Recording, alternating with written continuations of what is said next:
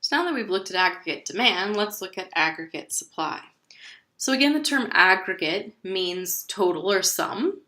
And so in this case here, what we're doing is looking at the total value of all final goods and services that our businesses are willing and able to sell.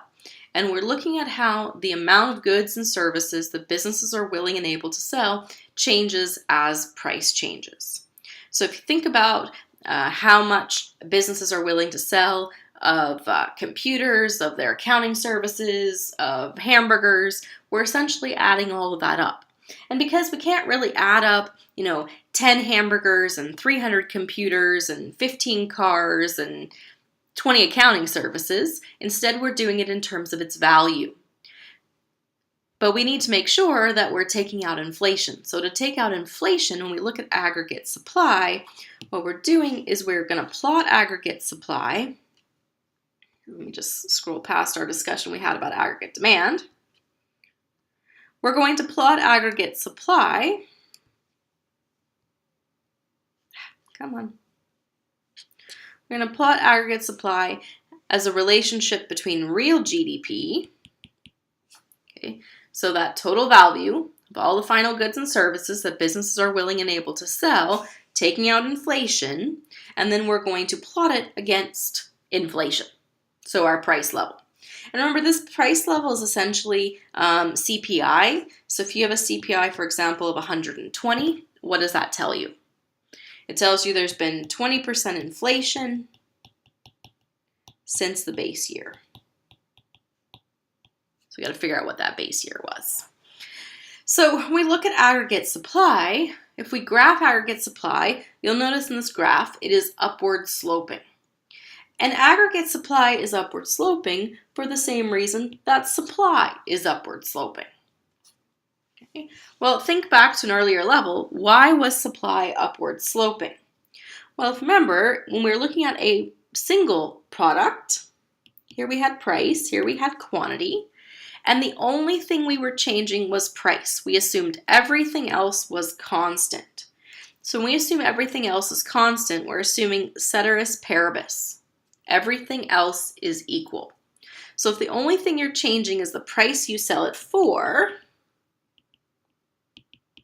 well, if you're McDonald's, for example, and the cost to make a hamburger is $1, then if the price is $2, you're making $1 per hamburger.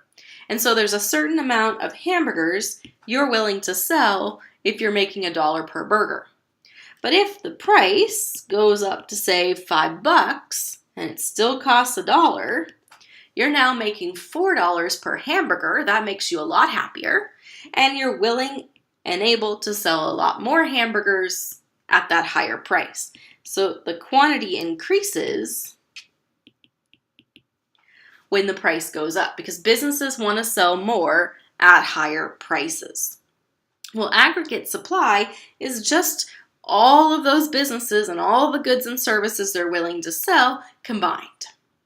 So our aggregate supply is basically the total of all the goods and services that businesses are willing and able to sell at different prices. And the higher the price, the more businesses are willing and able to sell. So then the question is, what would cause aggregate supply to change? Okay, so when we talk about a change in aggregate supply or a change in supply, an increase is a shift to the right because the quantity is going up. A decrease in aggregate supply or a decrease in supply is a shift to the left because the quantity or the value is going down. So let's look at what would change aggregate supply. So essentially, so here's aggregate demand, here's aggregate supply, and we want to know what would cause aggregate supply to increase. That increase in aggregate supply would change our equilibrium. So the size of our economy would increase if businesses are willing to sell more goods and services. And the fact that there's more goods and services flooding the market, that surplus is going to push down the price levels. okay, and lead to deflation. If aggregate supply decreases, businesses are willing and able to sell less goods, then what happens is that the size of the economy shrinks, real GDP goes down, and that shortage of goods and services puts upward pressure on prices and creates inflation. So let's talk about what would change aggregate supply. What are the determinants of aggregate supply? Well, the first is a change in the cost of our factors of production. So what were the factors of production? Land, labor, capital, and enterprise. So when we talk about a change in the cost of our factors of production, we're talking about a change in factor payments. So tell me, how do you pay for land? Rent. Okay, how do you pay for labor? Wages. How do you pay for capital? Interest. And how do you reward entrepreneurs? Profit. So our factor payments were the wages, interest, rent, and profits. If any of those costs change, it'll change aggregate supply. So for example, let's suppose that wages increase. Here's aggregate demand, here's aggregate supply. Well, if wages increase, it now costs businesses more to produce goods and services. So here was the amount they were producing. Here's the size of our economy. Here's the price level. But now it's costing them more to make goods and services. So if they want to make the same goods and services, they're going to have to charge a higher price. And if they're going to keep the prices where they are, then they're not as happy because their profit margins are less, and so they don't want to make as much. So aggregate supply will decrease. Shift to the left. So anytime your costs of your factors of production increase, aggregate supply will decrease. If the costs of your factors of production decrease, then aggregate supply will increase. So let's suppose oil prices fall. Okay? If oil prices fall, then all those things that are made with oil, tires, Tupperware, it's all going to be cheaper. And all the shipping we do of all of our goods, they go in vehicles and trucks that require gas, and so they're going to be impacted as well. So if oil prices go down, then that means it is now cheaper for the businesses. So here's where we were before. Here's price, here's real GDP. And now at the current price they're selling their goods for, so current level of inflation, it is now cheaper to make the product, which means at the current price they're willing to make more. This is an increase in aggregate supply, a shift to the right. And what impact that has is we have a lot more goods and services, a surplus, and that's going to put downward pressure on prices. If oil prices fall, then we get deflation as well. Prices fall because it's cheaper to make the goods, and that savings gets passed on to consumers. So if costs go up, aggregate supply goes down. If costs go down, aggregate supply goes up. Well, what are the other determinants of aggregate supply? The other determinants of aggregate supply, so we had a change in the cost of the factors of production, but the second is a change in the availability of natural resources. So let's think back to the earthquake that happened in Japan, which led to the tsunami and the Fukushima disaster. So when there was a tsunami in Japan, they essentially lost 400 square kilometers worth of land to giant waves, took them out. Well, that's essentially the equivalent of the area between Banff and Calgary and then all the way up to Edmonton.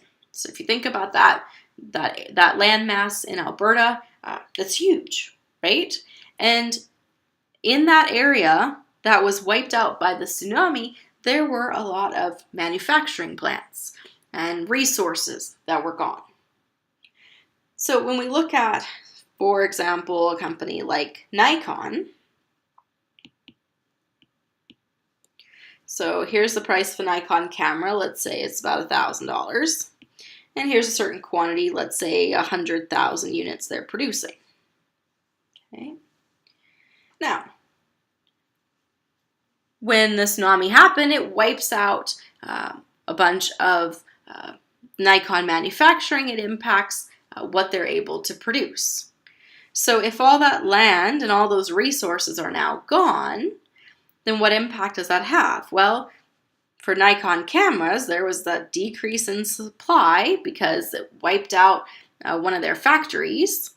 And what does that do? It creates a shortage of cameras. At the current price, they can no longer afford to sell 100,000 units.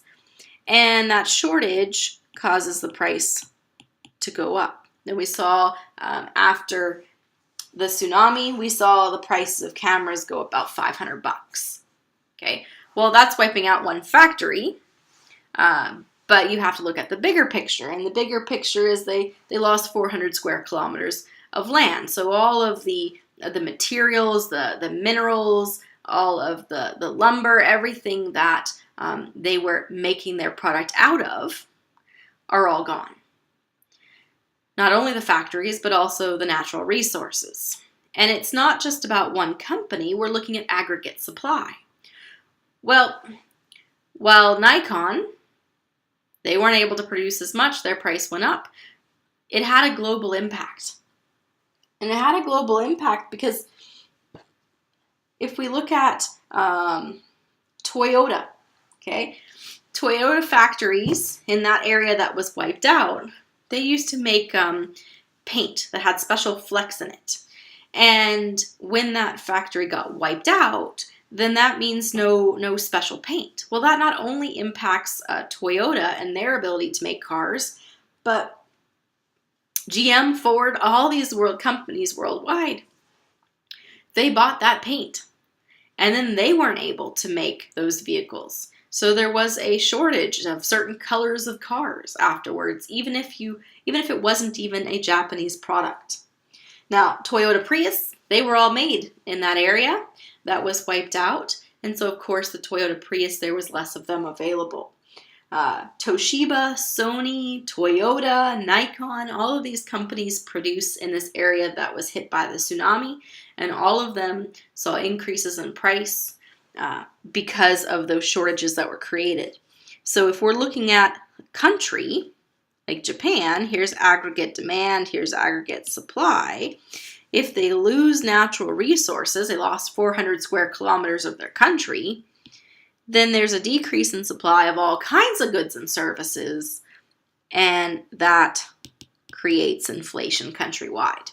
It also shrinks the size of the economy. Real GDP decreases. Okay. So if you have less natural resources, aggregate supply decreases. If you have more natural resources, then your aggregate supply will increase. So if your country takes over another country that has fertile soil and good minerals, maybe it has oil or diamonds, then aggregate supply will increase. So if we look at historically, countries have grown their economy by taking over other countries because it will increase aggregate supply and thereby increasing real GDP. Now, other things that change aggregate supply. The third is a change in real capital. So if we invest in more machines, more mechanization, then that means we're able to produce more per worker. And so we are more efficient. And if we are more efficient, then we're able to produce more at the same price, and aggregate supply will increase. Increase real GDP, and then lower the price level, deflation. Technology has the same impact. So if we invest in new ways to make things that make us more efficient, then aggregate supply will increase, price levels will go down, and real GDP will increase. The fifth thing that changes aggregate supply is a change in the quantity or the quality of our labor. So if we have more productive workers, then aggregate supply will increase. We're able to produce more at the current price level. Or if we have more workers, we're able to make more, and aggregate supply will increase. Now, as we look at the list of things that change aggregate supply, this list, change in natural resources, change in real capital, change in technology, change in the quantity or quality of labor, we've seen this list before. What were these four things? What did they change? Well, if you recall, they changed potential GDP. These were the things that led to long-term economic growth. These four things changed the size the economy could be. So back when we were talking about how do you get sustainable long-term economic growth, it was these four. And so when you change these four, you're going to change aggregate supply, but you're also going to change potential GDP. How big the economy could be. That long run. So often potential GDP is referred to as long run aggregate supply. LRAS. So when you look in textbooks, some textbooks call it potential GDP, some call it long run aggregate supply, and the idea is that this is how big the economy could be if we used all of our resources. So when you change the number of resources, or you change how productive we are at using those resources because of mechanization, because of technology, because of better trained workers, then we're changing how big the economy could be or what our aggregate supply is in the long run. When we're looking at short term, we're looking at changes in aggregate supply, then we need to add in a change in the cost of our land, labor, capital, and enterprise. So before we looked at potential GDP, we talked about potential GDP in terms of this production possibility frontier. That is, it was the trade-off between, say, capital goods and consumer goods. Well, now we're going to look at potential GDP in terms of dollar value.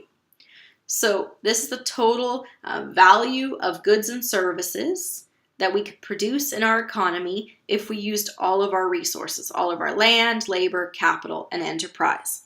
So because potential GDP does not depend on the price level, we can plot potential GDP as a vertical line. It doesn't matter about the amount of inflation or deflation. Potential GDP is going to be based on what we could make if we used all of our land, labor, capital, and enterprise. And then what changes potential GDP is those four things: a change in natural resources, a change in capital goods, a change in technology, or quantity and quality of our workers. So that's going to change the total amount or the total value of all the goods and services we could make if all our resources are utilized, because it's giving us more resources or a better way to use those resources.